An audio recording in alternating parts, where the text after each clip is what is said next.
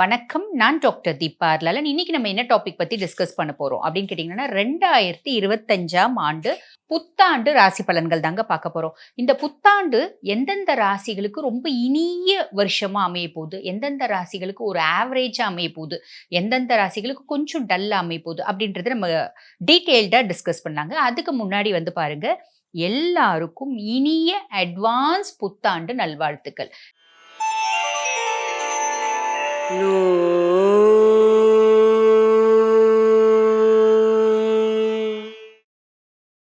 வரிசையா வந்து பாருங்க, நம்ம இந்த 2025 புத்தாண்டு ராசி பலன்கள் தாங்க பார்த்துட்டு இருக்கோம். அந்த வரிசையில இப்ப என்ன ராசிய பத்தி நம்ம இப்ப டிஸ்கஸ் பண்ண போறோம் அப்படின்னு கேட்டீங்கன்னா, கன்னி ராசி அன்பர்கள் உங்கள பத்தி தான் பார்க்க போறோம்.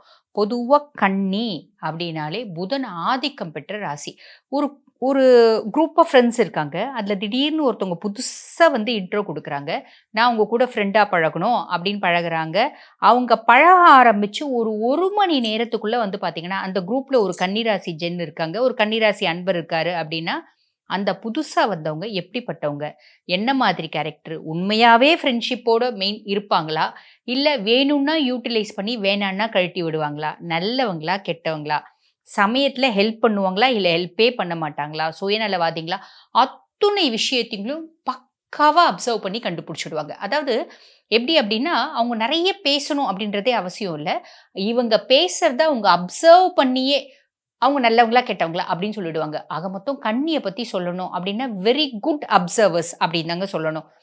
உங்களுக்கு இந்த புத்தாண்டு எப்படி இருக்கு அப்டின்னு பார்த்தீங்கன்னா, ராகு, கேது விலகிடுறாங்க. சனி பார்வ இருக்கு. பட் வந்து பார்த்தீங்கன்னா, கன்னிக்கு வந்து அது டேஞ்சர் ஜோன் அப்டின்னு சொல்றதுக்கு இல்ல. சேஃப் ஜோன் அப்டின்னு தான் சொல்லலாம். குரு பகவான் பார்த்தீங்கன்னா 9 டூ 10 அதாவது தொழில் ஸ்தானத்துக்கு போறாரு. ஓவராலா 2025 வந்து பார்த்தீங்கன்னா, புதிய துவக்கம், புதிய ஒரு வாழ்க்கை, அ ஒரு புதிய வழி பொறக்கிறது அப்டின்லாம் சொல்லலாம். முயற்சி ஏதாவது ஒண்ணு எடுத்தீங்க அப்டின்னா, இந்த 2024லாம் பாருங்க, ஒரு முயற்சி எடுக்கிறீங்க அப்டின்னா தடுக்கும். தடுமாறும். அந்த முயற்சிக்கு வந்து பல ஹிண்ட்ரன்ஸஸ் இருக்கும். பல இன்னல்கள் இருக்கும். பல இடையூறுகள் இருக்கும். அதெல்லாம் இருக்கும் 2024ல. இப்போ வந்து பார்த்தீங்கன்னா, அதெல்லாம் இருக்காது. ஒரு முயற்சி எடுக்கிறீங்க அப்டின்னா ஒரு தடுமாற்றம் இருக்கும். காரணம் என்ன அப்டின்னா கண்டக சனி. கண்டக சனி இருக்கிறதுனால ஒரு தடுமாற்றம் இருக்கும். ஹெல்த்ல கொஞ்சம் ஒரு இம்பேலன்ஸஸ் இருக்கும். இதெல்லாம் இருக்கும். கண்டக சனி வந்து பார்த்தீங்கன்னா, குடுகுடுன்னு ஓடிட்டே இருக்கீங்கன்னா, ஓடிட்டே இருக்க மாட்டீங்க. ஒரு தடுக்கும். ஒரு சில சமயம் உழுவீங்க, எழுந்துப்பீங்க, திருப்பி ஓட ஆரம்பிச்சுடணும். ஐய்யய்யோ! உட்காரணுமே, உழுந்துட்டோமேன்னு உட்கார்ந்தா மூலையில உட்காந்துருவீங்க. புரியுதுங்களா? நல்லா ஞாபகம் வச்சுக்கோங்க. ஒரு 2024ல அந்த மாரி நெறைய இருக்காது. ஓரளவுக்கு ஒரு தடுமாற்றம் அப்படின்றது இருக்கும். கண்டக சனி இருக்கிறதுனால அவரோட வேலைய காமிப்பார். நான் வந்து உனக்கு இடைஞ்சல் குடுக்கக்கூடிய, இடையூறுகள் குடுக்கக்கூடிய, பிரச்சனைகள் குடுக்கக்கூடிய, தொல்லைகள் குடுக்கக்கூடிய இடத்துல இருக்கிறேன் அப்படின்னும்போது, நான் அதெல்லாம் கரெக்ட்டா செய்வேன். ஏன்னா, நான் சனி. சனி வந்து பாருங்க எப்பயுமே அவர நீதிமான் அப்படின்னு சொல்லுவாங்க. அதாவது ஒரு தராச கையில வச்சுட்டு, "நீ இது செஞ்ச, நான் இது குடுத்தே தீருவேன்." ஒரு மயிரிழை அளவுக்கு கூட அந்த தராசுல ஏற்றத்தாழ்வு கிடையாது. இதுதான் சனி பகவானோட கேரக்டர். ஸோ, நீங்க வந்து பாருங்க, ஒரு லைட்டா ஒரு டிஸ்டர்பன்ஸ் அப்படின்றது இருக்க தான் செய்யும். நீங்க முயற்சி அப்படின்றத ஒரு முதலா போட்டீங்க. முதல் உங்களோட முயற்சியா இருந்தா, வருமானம் பல மடங்கு இருக்கும். அது ஞாபகம் வச்சுக்கோங்க. பொதுவாவே வந்து பாருங்க, இந்த கன்னிக்கு சனி வந்து ஃபேவரபிளான பிளானட் தாங்க. பெருசா கெடுக்க மாட்டார். ஸோ, கவலைப்பட வேண்டாம். நெறைய முயற்சி எடுத்து, நெறைய எஃபோர்ட் எடுத்து, உங்க வேலைய நீங்க பாட்டுன்னு சிவனேன்னு செய்றீங்க அப்டின்னா, அடுத்த லெவல் போறீங்க. கவலைப்பட வேண்டாம். அதாவது இந்த 2025 உங்களுக்கு எப்படி சொல்லணும் அப்டின்னா, தடைக்கல்கள் இருக்கும். அந்த தடைக்கல்களும் வந்து பார்த்தீங்கன்னா, உங்களுக்கு படிக்கல்களா மாறும். தடைக்கல்லும் படிக்கட்டுகளா மாறக்கூடிய காலகட்டம் அப்டின்னு சொல்லலாம். ஓகேங்களா? ஹிண்ட்ரன்ஸஸ் இருக்கும். ஓகேங்களா? பெரிய லெவல்ல கிடையாது. கவலைப்பட வேண்டாம். கன்னி வந்து பார்த்தீங்கன்னா கான்ஃபிடென்ட்டா ஓடணும் அப்படின்ற ஒரு மைண்ட் செட் வச்சுக்கோங்க. மைண்ட் செட் வச்சுட்டு நீங்க பாட்டுன்னு உழைக்கிறீங்க அப்படின்னா, உங்கள யாராலயும் ஜெயிக்க முடியாது. இப்ப நெறைய பேர் வந்து பாருங்க, இந்த கன்னி கன்னி வந்து பாருங்க, கன்னின்னு இல்ல, எல்லா ராசியுமே 7 நாட்டு சனி, அஷ்டம சனி, அர்த்தாஷ்டம சனி, ஜென்ம சனி, அதே மாரி இந்த 7 நாட்டு சனியில இருக்கு இல்லைங்களா? கண்டக சனி, ஜென்ம சனி இப்படிலாம் வரும்போது, நாங்க வந்து வரன் தேடிட்டு இருக்கோங்க. வரன் வந்து கூடி வரா மாதிரி இருக்கு. ஆ நாங்க கல்யாணம் பண்ணிக்கலாமா? சனி இருக்கே இப்படி, கண்டக சனியா இருக்கே. நெறைய கன்னி ராசி அன்பர்கள் கேட்கறது உண்டு. கண்டக சனியா இருக்குமே, நாங்க வந்து கல்யாணம் பண்ணிக்கலாமா? ஆவுமா? கண்டக சனி வருதே. என்ன அப்படின்லாம் நெறைய கேட்பாங்க. பொதுவா ஒண்ணு தெரிஞ்சுக்கோங்க. சனி நல்லா இல்ல. சனி எந்த இடத்துல இருந்தாலும், அது ஜென்ம சனியா இருந்தாலும் சரி, கண்டக சனியா இருந்தாலும் சரி, எதுவா இருந்தாலும் சரி, அவரு திருமணம் அப்படின்ற ஒரு பந்தத்த தடுத்து நிறுத்தவே மாட்டார். கல்யாணத்த தடுத்து நிறுத்தவே மாட்டார்.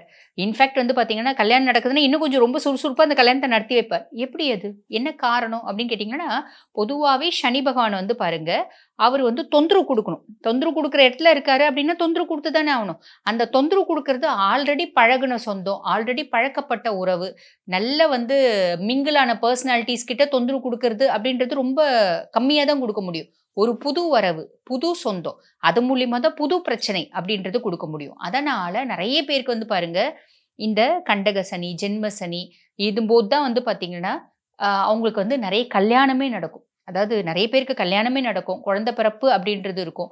ஸோ இதெல்லாம் ஒரு பெரிய ஹிண்ட்ரன்ஸ் இல்லைங்க. நீங்க நெறைய பேர் வந்து பார்த்தீங்கன்னா, இப்படியெல்லாம் வேற ஒரு கேள்வி கேட்கிறீங்க. அதுக்கும் மேல வந்து பார்த்தீங்கன்னா, சனி பகவான நெனச்சு நம்ம பயப்படணும் அப்படின்ற அவசியமே இல்லைங்க. காரணம் என்ன அப்படின்னு கேட்டீங்கன்னா, சனி பகவான என்ன சொல்லுவாங்க அப்படின்னு கேட்டீங்கன்னா, நீதிமான் அப்படிம்பாங்க.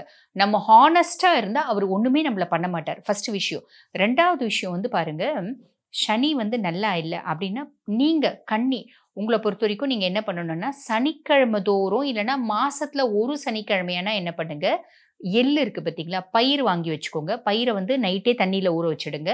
மறுநாள் காலையில அந்த பயிர வந்து கொஞ்சம் கையிலேயே பெசஞ்சிடுங்க. நல்லா ஊறிடும்ல, கொஞ்சம் மீடியமா பெசஞ்சிடுங்க. அது கூட வந்து பாருங்க, வெல்லம் போட்டு, தேங்காய் துருவி போட்டு, இவ்ளோ கருப்பு எள்ளு போட்டு, நல்ல ஒரு பெசஞ்சிக்கலாம். இல்ல மிக்ஸியில கூட ஓட்டிட்டு, ஒரு உருண்ட மாதிரி ஆக்கி, அத வந்து 2 கையில கொண்டு போயி, பசு மாட்டுக்கு குடுங்க. ஓகேங்களா? பசு மாடு சாப்பிடணும். கீழ வச்சுட்டு வந்துரக்கூடாது. பசு மாடு கையிலேருந்து சாப்பிடணும். கையிலேருந்து சாப்பிட்டு முடிச்ச உடனே இந்த கைய லிக் பண்ணும். அந்த எச்சி வந்து கையில படணும். அப்ப என்ன ஆகும் அப்படின்னு கேட்டீங்கன்னா, நம்மளுக்கு சனி பகவானால் ஏற்படக்கூடிய பலவிதமான பாதிப்பு, அந்த பசு நம்ம கைய லிக் பண்றதுனால நிவர்த்தி ஆகும். அது மட்டும் இல்ல, நம்ப பூர்வ ஜென்ம கெட்ட கர்மாக்களும் குறையும். சனியினோட ஒரு பீடிக்கை, சனியினோட ஒரு கிடுக்குப்பிடி எல்லாமே குறைய பாக்கும். இந்த மாரி குடுக்கறதுனால. காரணம் என்ன அப்படின்னு கேட்டீங்கன்னா, பசுல வந்து பாத்தீங்கன்னா, 33,00,00,000 தேவர்களும் இருக்காங்க. அதனால 33,00,00,000 தேவர்களும் பிரீத்தியாகும்போது, சனி பகவானும் தானா பிரீத்தி ஆயிடுவான். இந்த ஒரு பரிகாரம் அட்லீஸ்ட் மாசத்துக்கு ஒரு முறை பண்ணுங்க.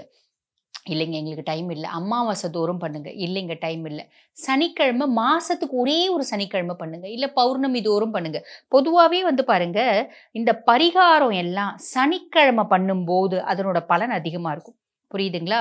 ஒரு அ பரிகார பூஜை, பரிகார ஹோமம், பரிகாரம் எல்லாமே செய்யறதுக்கு உகந்த நாள் எது? அப்டின்னா சனிக்கிழமை.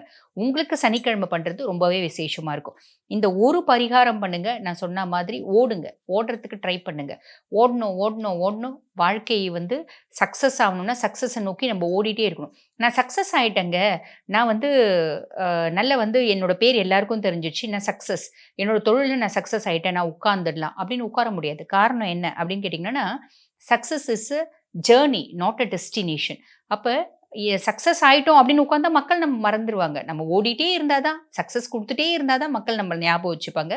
மக்கள் ஞாபகம் வச்சுக்கணும் அப்படின்றதுக்கு இல்ல, நம்ம பொறந்தோம், வாழ்ந்தோம், செத்தோம் அப்படின்னு இருக்கக்கூடாது. பொறந்தோம், வாழ்ந்தோம், சாதிச்சோம், செத்தோம் அப்படின்னு தான் இருக்கணும் எல்லாருக்கும். ஸோ இந்த ஃபார்முலா வச்சுக்கின்னு உங்களோட இலக்கை நோக்கி ஓடுங்க. வெற்றி நிச்சயம். வாழ்த்துக்கள்.